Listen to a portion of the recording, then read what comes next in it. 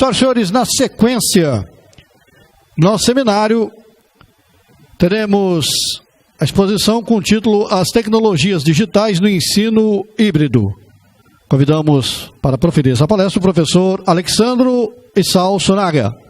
Após tantas coisas interessantes, tantas inovações que a gente ouve, eu acho que uma das primeiros sentimentos que a gente tem, né, é uma mistura entre esperança e medo.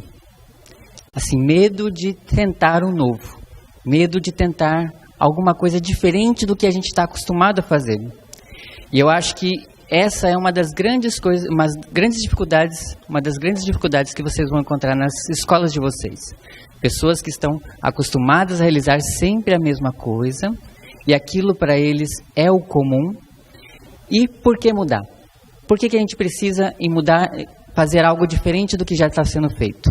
Porque a gente precisa fazer algo que na nossa cabeça já está dando certo, né? Essa é a inovação. Porém, a gente sabe que o mundo já não é o mesmo de 100 anos atrás. A cada vez que a gente olha nas notícias, a gente vê coisas diferentes que têm acontecido, coisas novas que têm sendo feitas, né? Então, o mundo vem evoluindo e a escola precisa evoluir também. Porque a gente tem que saber qual é o objetivo da nossa escola. Para que existe uma escola? Por que ela foi formada inicialmente? A escola foi formada para formar cidadãos, né? Para ter pessoas preparadas para o mundo que está lá fora.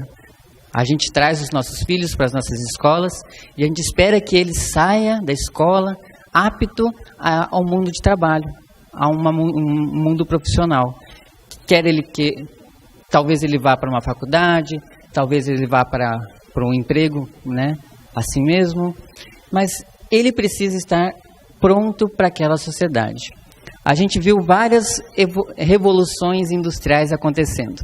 Hoje em dia já falam até da 4ª revolução industrial, que é a internet controlando as máquinas. Através da internet, as máquinas podem ser controladas umas às outras e a produção vai sendo cada vez mais eficiente e a ação humana cada vez menor. Cada vez menos se precisam de pessoas. E daí você pensa assim, puxa, daqui, como foi dito aqui também, daqui a pouco não precisam mais de professores. Qual é o papel do professor nessas etapas, né? A gente sabe que tem vários tipos de educação também. A gente já ouviu falar da educação 1.0, da educação 2.0, 3.0 e daqui a pouco tem a 4.0 também. E a tecnologia vai sendo adicionada em cada uma dessas educações. Então, a educação 1.0, qual era a principal tecnologia que a gente tinha? O GIS. O GIS é uma tecnologia que foi adicionada na sala de aula, né? Depois a gente teve, além do GIS, o mimeógrafo. Esses tempos atrás eu ouvi falar que tinha uns professores que tiveram que usar o mimeógrafo de novo porque as máquinas de xerox não estavam mais funcionando, né? Tiraram o mimeógrafo e até lembraram daquele cheirinho lá de álcool. Mimeógrafo, minha infância, como era legal cheirar a prova, né? Realmente. Hoje em dia, a gente está falando aqui de pessoas tecnologias que não precisam nem de impressão, né? Daqui a pouco o Alexandre vai falar do Google, que é a parte de usar a tecnologia no mundo, né, digital, no mundo da internet, onde as avaliações podem ser realizadas automaticamente, que é isso que eu vou falar para vocês hoje também. Antes da gente ver um pouquinho do papel do professor, a gente tem que pensar no aluno que a gente tem hoje. A geração alfa são os nascidos em 2010, o pessoal que está chegando em nossas escolas agora. Esse pessoal de 2010 já nasceu mais digital do que a gente imagina, né? Já, desde pequeno, eles estão mexendo já no tablet. Eles devem ter até mordedor, né, para celular, né, que eles já vão morder no celular. Mordedor digital, Bluetooth. Essa geração é a que está chegando para a gente hoje. Agora pense o seguinte, desde bebê, essas crianças já estão acostumadas a obter a informação que elas desejam. Né? Daqui a pouco a gente começa... Eu, por exemplo, quando eu quero ir para algum lugar, eu uso lá o OK Google e peço para o Google onde é que eu quero ir. E essas crianças também estão cada vez mais imersas nesse mundo, né, digital, onde elas pedem e as coisas acontecem. Qual é o problema disso? Se as coisas vêm tão prontas para elas, é importante que a gente ajude essas crianças a ter um pouquinho mais de sabedoria para resolver o que eles vão fazer com aquilo, né? Já que tem tantas informações vindo, o que fazer com essas informações? Essa é um dos grandes desafios que a gente tem, né, na escola de hoje. O papel do professor seria indicar os caminhos para essas crianças. Esse seria o principal papel do professor, sempre foi esse o papel, lógico, mas agora ainda mais. Já que tem tantas direções para a gente ir, para elas irem também, elas caminharem, qual é a direção correta? E o professor está aqui para isso. E esse papel, nunca ninguém vai substituir. É um papel que você tem de você se relacionar com a criança, saber suas necessidades, saber suas dificuldades, saber dos seus sonhos, e você, como adulto nessa relação, você indicar os caminhos que ela deve seguir para atingir seus objetivos. Então esse é o papel do professor, e esse máquina nenhuma vai conseguir, né, substituir, porque é um papel de relação entre vocês, seres humanos, entre seres humanos. Já que tem tanta também tecnologia envolvida, como que eu posso escolher as melhores tecnologias para minha sala de aula? Aí você pensa assim, puxa vida, eu quase não tenho computador na minha escola, a internet não funciona, o celular às vezes está sem internet. Como que eu faço para adotar uma tecnologia interessante para a minha sala de aula, para a minha atividade, né, docente? Primeira coisa que você tem que prestar atenção é se, através daquela tecnologia, você vai ganhar tempo. O giz ganhou tempo no mundo das pessoas. Antigamente, né, você ficava falando, aí as pessoas não ouviam o que você falava, você tinha que falar de novo, aí você tinha que parar a aula para a pessoa anotar direitinho. Com o giz, você escreve na lousa inteira e cada um no seu próprio ritmo vai copiando. Você não precisou falar muito, você só escreveu uma vez e elas copiaram. Quando você coloca as coisas no mimeógrafo, já economizou um tempo de cópia da prova. Quando você coloca na internet, você pode colocar para quantas pessoas você quiser, automaticamente, sem precisar passar lá no álcool, né, no mimeógrafo. Então, no retroprojetor e assim por diante, cada tecnologia que vai sendo inserida e vai sendo adotada na sala de aula, ela deve ganhar um tempo precioso para você, e aí você se dedicar às outras coisas. Possibilidade de comentários. Então, por exemplo, o Glauco falou aqui de produção de textos através do Google Docs. O Glauco conseguia visualizar a produção deles à medida que eles iam escrevendo na própria tela que ele estava do computador. Os alunos estão lá escrevendo cada um no seu computador, você tem acesso aqui e você pode dar um feedback para cada um dos grupinhos que está trabalhando, mesmo aqui no seu computador. E esse feedback é interessante porque você vê que o aluno percebe que ele está sendo acompanhado, que ele está sendo avaliado, que ele está sendo direcionado. Isso é muito importante para os alunos. Análise de desempenho.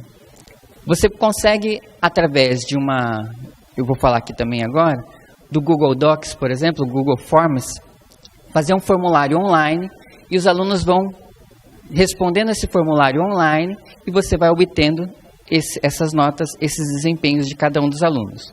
Aí você consegue visualizar por aluno ou fazer uma média da sala, uma média por item, saber qual item teve mais dificuldade dos alunos, qual foi mais frequente o erro e trabalhar aquele item, por exemplo. Então, você tem a possibilidade de ter essas análises gráficas rapidamente.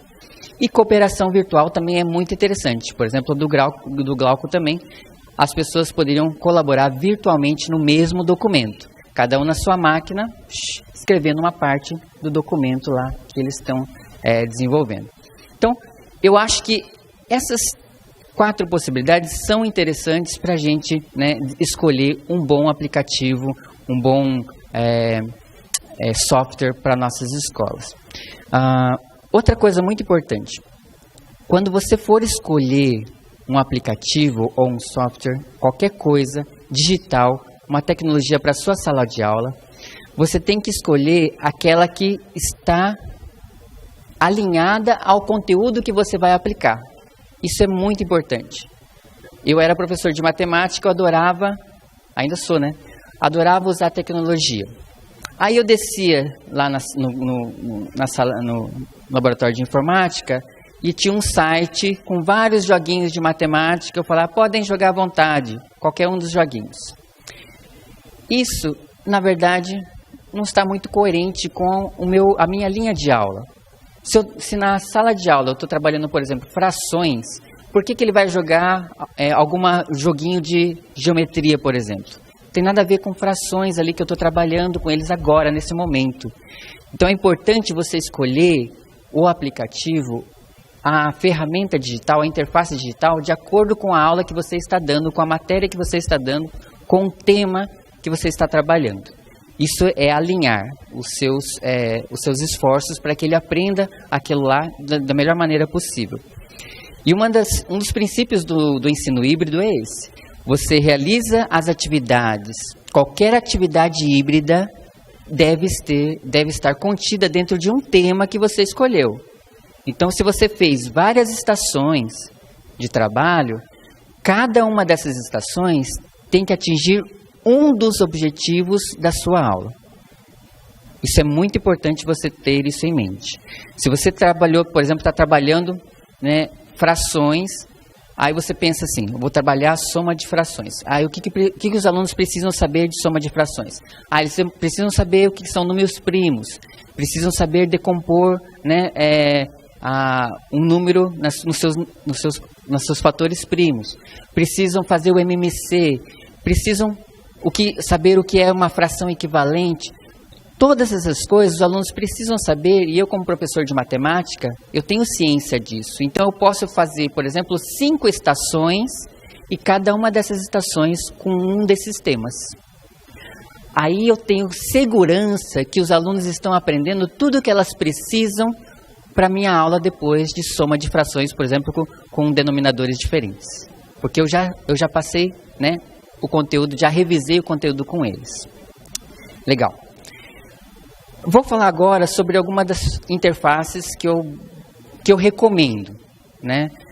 Já que a gente está aqui falando de ensino híbrido, vocês gostariam também de ter algumas ferramentas interessantes. Na verdade, eu não gosto de falar ferramentas, eu gosto de falar interfaces. Qual que é a diferença entre uma ferramenta e uma interface? Uma ferramenta é alguma coisa que você usa, mas que você não tem uma interação com ela. Você, por exemplo, um martelo. O martelo é uma ferramenta. Mas o martelo, ele sempre vai ser um martelo. Ele não muda a condição dele de martelo.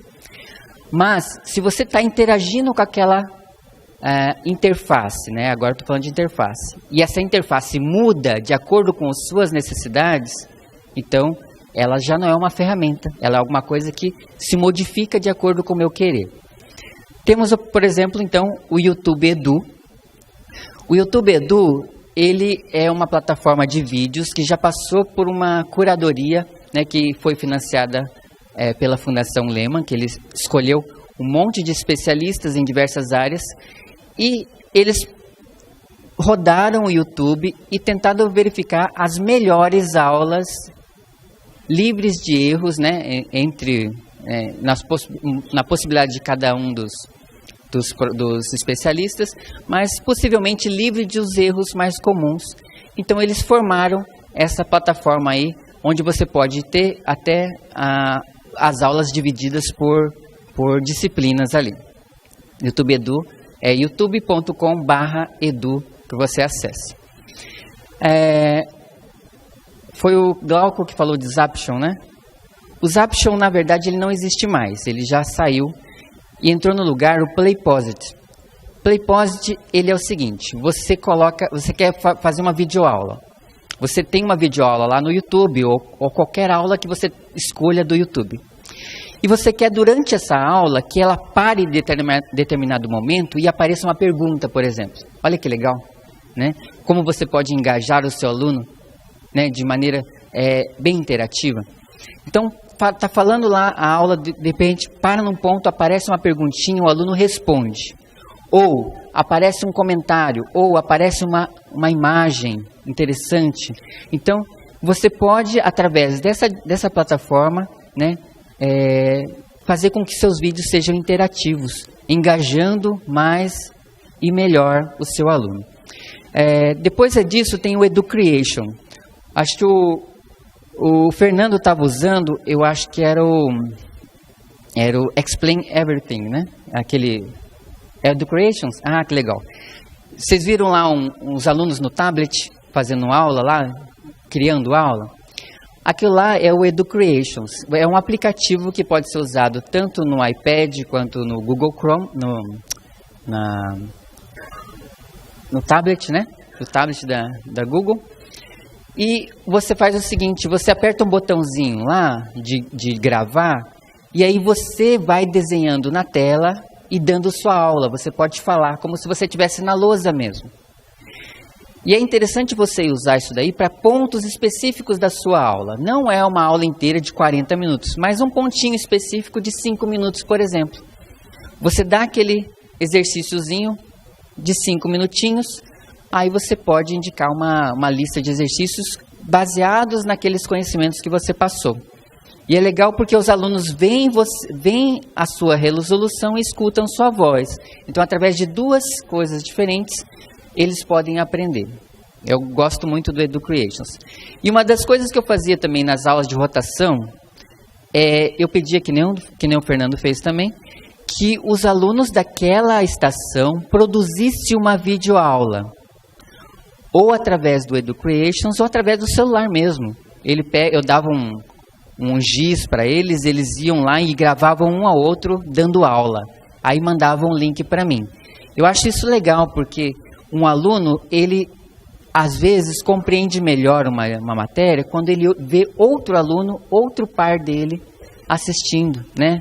Ensinando. Eu acho isso muito, muito legal. E depois a gente podia disponibilizar essas aulinhas, né, para eles também. Tem o TED-Ed, que também é uma plataforma de vídeos. Esse TED-Ed, você pode formar a sua aula lá dentro mesmo dele. Infelizmente não tem em português, ele só tem em inglês. Mas você pode, né, tendo um tradutor lá do Google básico de páginas lá, você pode traduzir essa página para você e fazer as videoaulas lá dentro também, que eu acho muito legal.